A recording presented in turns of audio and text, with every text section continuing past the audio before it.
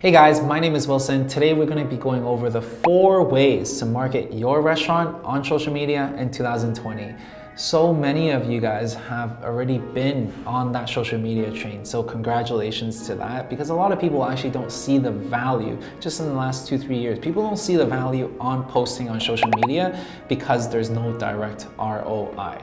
There's no direct association with you putting in $1 on ads, you putting $1 on investing in your brand on social media, and how much do you get back? You don't know, which is the reason why a lot of people don't do that. But today, people are waking up. People understand the importance of social media. That's the reason why people are spending thousands of dollars hiring social media people to take pictures for them, to write captions, to interact with their customers. But in today's now age, this is just not enough. It is not enough just to post nice pictures. It is not enough to just engage because the market is so saturated. The platforms like Facebook, Instagram, they're so saturated with beautiful pictures. You need the right strategies to actually stand up and aside from the crowd, which is the reason why I'm going to be sharing with you the 4 different ways to market through social media for your restaurant, and they're coming right up. The number 1 way to market on social media is to use ads. Now, I'm 100% against using ads if you are not aware and if you don't understand the objectives and if you do not have already a solid base and foundation for your business. However, if you already have a solid foundation, if you already have people who are interacting with your brand, then running ads is a must. Running ads on Facebook and Instagram is still relatively cheap as opposed to the native and the like print ads, bus ads, and radio ads and stuff like that. And on top of that, running ads on social media like Facebook and Instagram is super effective when you can combine that with a right strategy. So for example, when we're running ads, we're not running ads just to sell people on, hey, you know what, come to my restaurant, $20% off. No, we don't want to do that.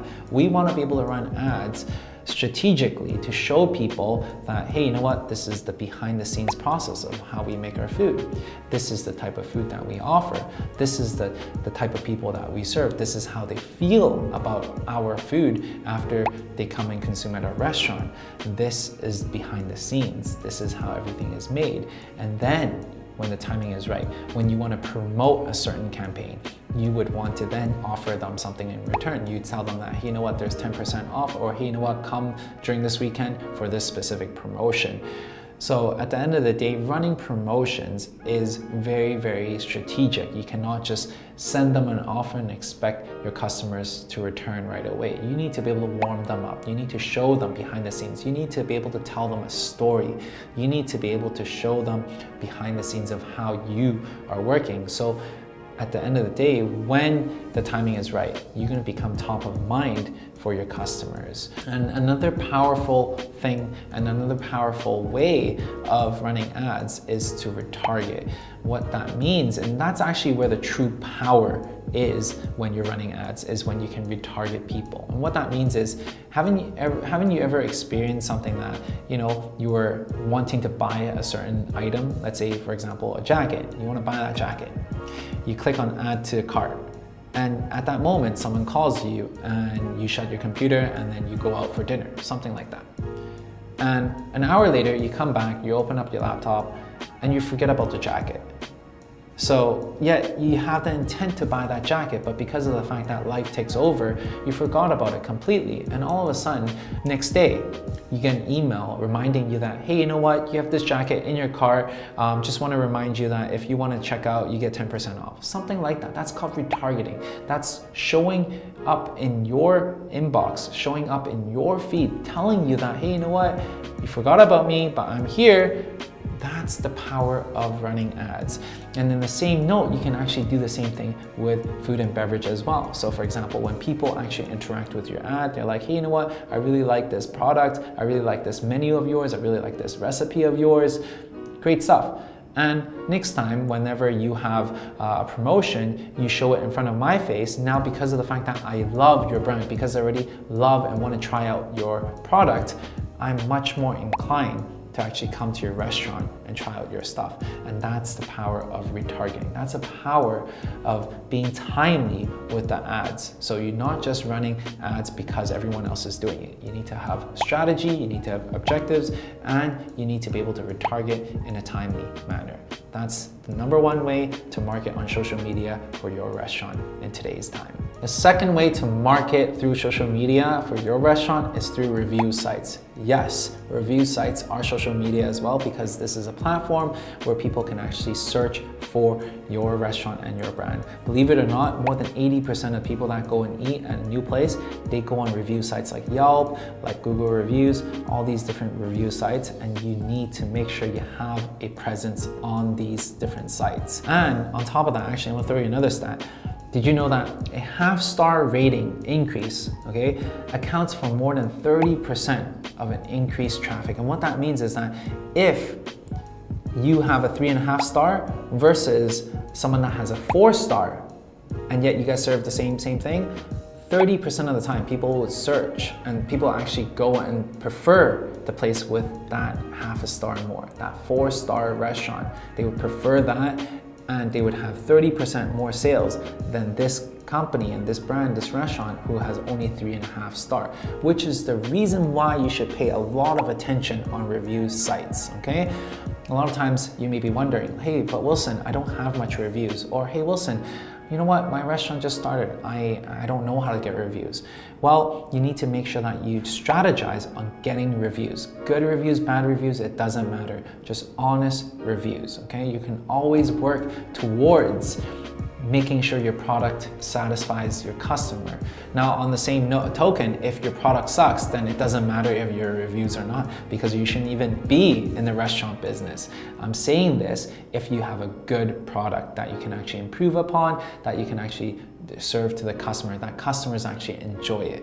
Now, some of the ways to get reviews are to actually incentivize your customers, incentivize them with, for example, a drink for every time they come in and show that they have left a review, or perhaps having a sign out your door that says, hey, please leave us a review on Yelp or something like that. Because a lot of times, if you don't ask, you shall never receive, which is the reason why you should always ask. Just like how at the end of the video, I'll always ask you to smash the like button, because it helps with my YouTube journey.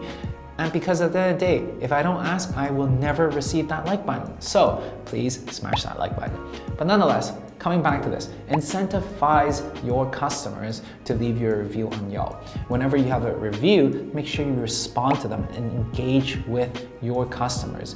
Whether the review be a troll review that people are just complaining about you because, hey, you know what, they have bad service because the guy looks like he's always bored at work.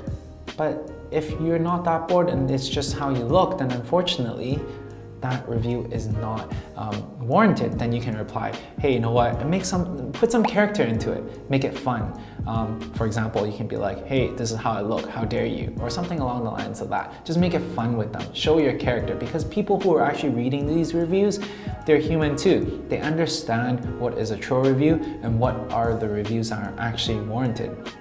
For example, if it is a warranted review that is a negative one, then own up to it. Own up to it and tell the people that, unfortunately, this happened to you, I'm so sorry, let me make it right to you, and actually improve upon it. And people are much more forgiving if you're honest and if you own up to it. So there you go.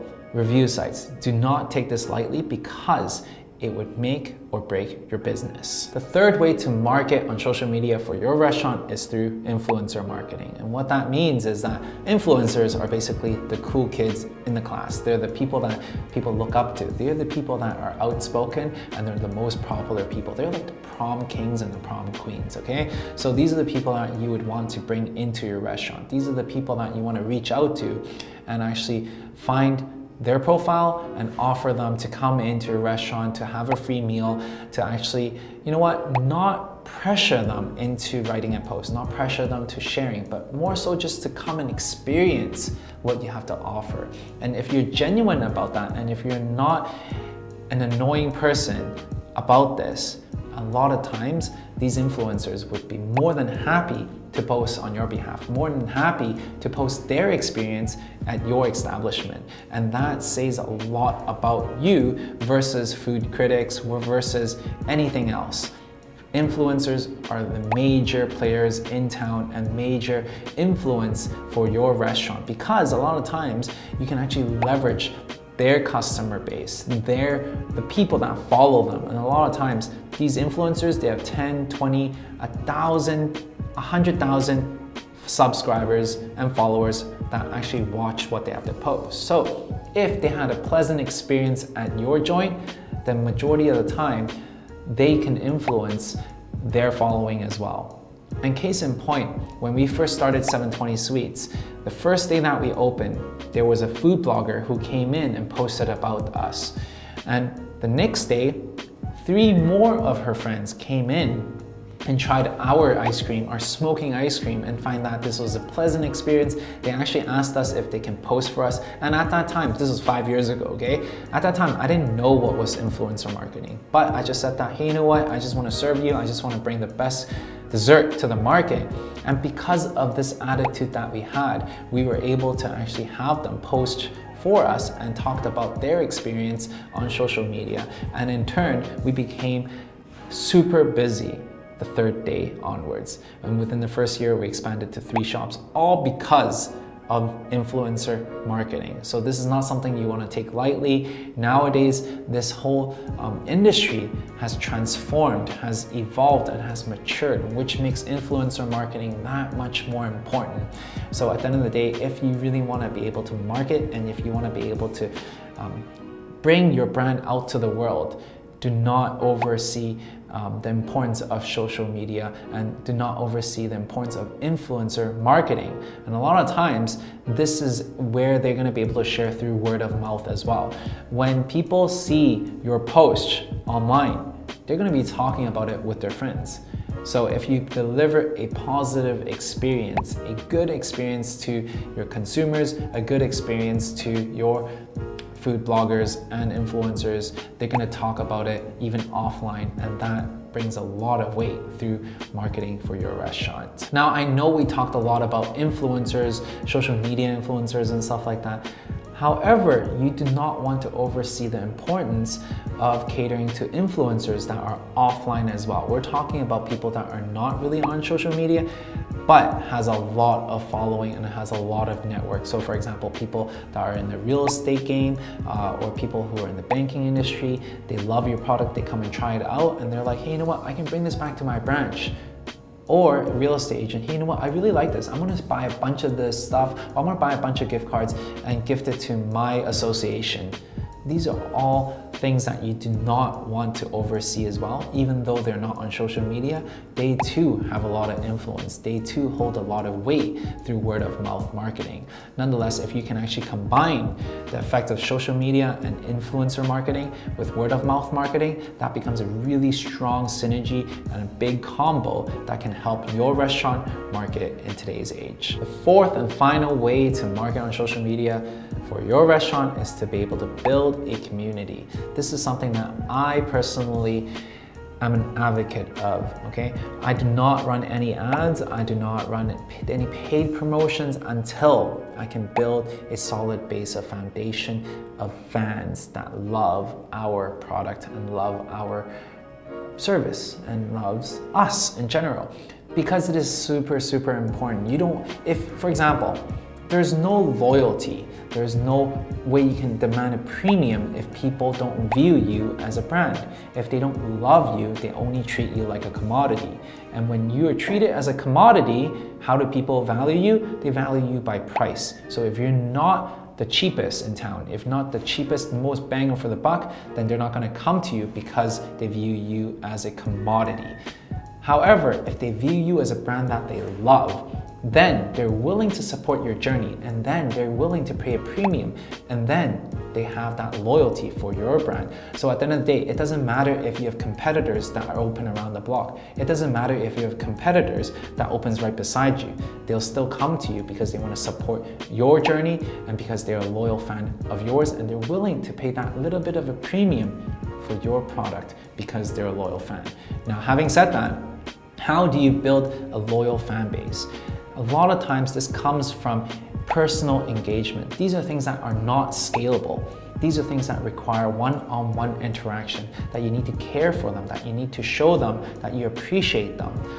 Some simple gestures like that, you addressing them by their first name, accumulating fans one by one, and knowing your first 1,000 fans is so important for the success of your restaurant. Address them by their first name.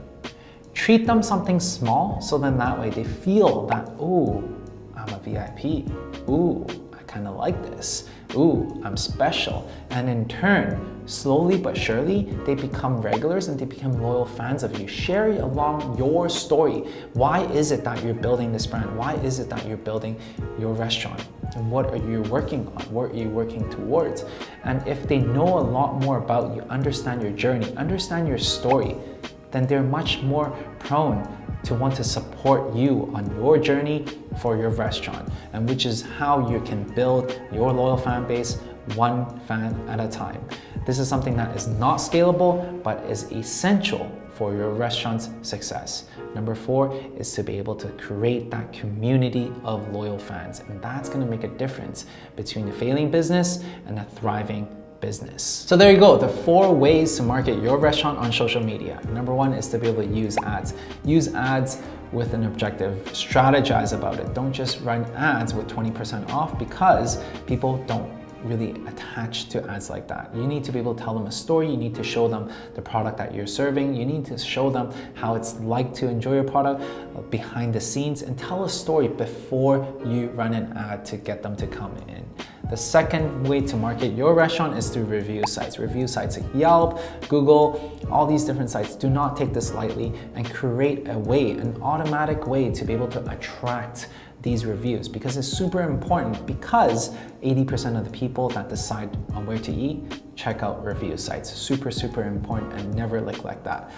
Third way to market your restaurant on social media is through influencers. Influencers are the cool kids on the block. These guys are the prom kings, prom queens, and you want to make sure that you bribe them, okay? Bribe them with a free meal, treat them exceptionally well, give them a pleasant experience, but ask for nothing in return, because if you ask for something in return, it would just feel like it's a stretch. It would just feel not natural. It would feel like it's a bribe. Bribe them in a way that they don't feel like they're being bribed, okay? That's the art of this. And lastly, number 4, create a community. Create a community of loyal fans, so then that way you can step out aside from the crowd and not be compared as a commodity that only competes through pricing. You want to be able to create a community, so then that way you have loyalty and you can demand a premium for your menu and your goods. Hopefully this has helped you out in building an amazing restaurant. I really hope this has helped you. If you guys like this video, if you guys find value in this video, make sure you smash the like button, because it's going to help me out a lot throughout this whole YouTube journey.